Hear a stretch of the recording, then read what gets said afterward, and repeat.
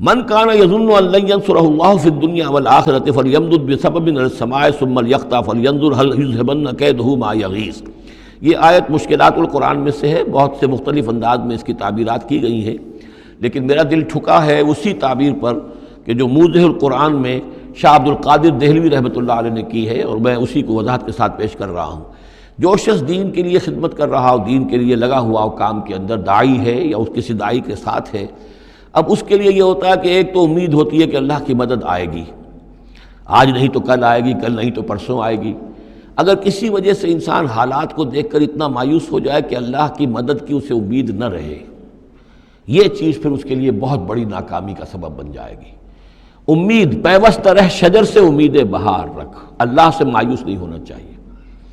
نہ لا تقنطوا من رحمت اللہ، ٹھیک ہے دیر ہو جائے کوئی حرج نہیں، لیکن یہ کہ یہ اللہ کی مدد آئے گی، اللہ جو ہے نصرت فرمائے گا، اللہ تعالی ہماری مدد کرے گا۔ والذین جاہدوا فینا لنہدینہم سبلنا، جو لوگ ہماری راہ میں محنت کریں گے، جدوجہد کریں گے، ہم لازماً انہیں اپنے راستے دکھائیں گے۔ یہ اللہ کا پختہ وعدہ ہے، ان وعدوں پر یقین رکھنا چاہیے۔ لا انک لا تخلف المیعاد، اے اللہ ہمیں یہ اندیشہ نہیں ہے کہ تو اپنا وعدہ پورا نہیں کرے گا، خلاف کرے گا، ہاں ہمیں اندیشہ ہوتا ہے کہ ہم تیرے وعدوں کے مصداق بن سکیں گے یا نہیں، ان کا مصداق بننے کی شرائط پوری کر سکیں گے کہ نہیں۔ یہ کیفیت بندے کی رہنی چاہیے، اللہ تعالیٰ کی مدد سے اور اللہ تعالیٰ کی نصرت سے مایوس کبھی نہیں ہونا چاہیے۔ تو اس کی ایک مثال دی ہے کہ اگر کوئی شخص کسی رسی کے ساتھ کہیں اوپر سے ایک رسی ہے اس نے پکڑا ہوا ہے،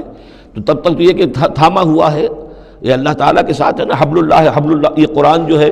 القرآن حبل اللہ الممدود من السماء الی الارض۔ اسی طرح امید اللہ سے رکھنا، رجا رکھنا، یہ بھی گویا کہ ایک معنوی رسی ہے کہ جو اللہ تعالیٰ کے ساتھ ہمیں جوڑے ہوئے ہے۔ جب تک یہ رسی رہے گی ہمیں سہارا رہے گا، جب یہ رسی کاٹ دیں گے ہم، وہ امید منقطع کر دیں گے، تو سوائے اس کے اور کیا ہوگا کہ زمین پر رودے منہ گر جائیں گے۔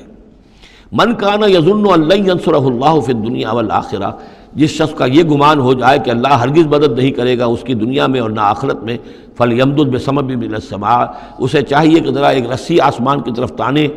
ثم لیقطع، پھر کاٹ دے، اسے توڑ دے، فلینظر هل یذهبن کیدہ ما یغیظ، پھر دیکھے کہ اس سے اس کا جو غصہ ہے اندر کا، اس میں جو مایوسی کی آگ جل رہی ہے، اس میں کوئی کمی ہوئی؟ یعنی جب تک وہ رسی ہے کچھ نہ کچھ امید تو رہے گی، تو اس امید جو ہے اللہ پر اور اللہ کی نصرت اور اللہ کے وعدوں پر جو یقین ہے اس کو برقرار رکھو، یہ تمہیں سہارا دے گی۔